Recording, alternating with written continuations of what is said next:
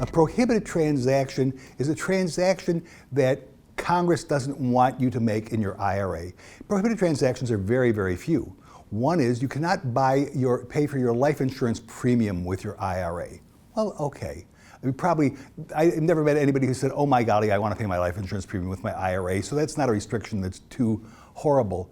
The other common restriction that we hear about, though, is your IRA cannot invest in collectibles. Now, that's actually a new rule. That rule was not in the original plan back in '74. It came in later in '86.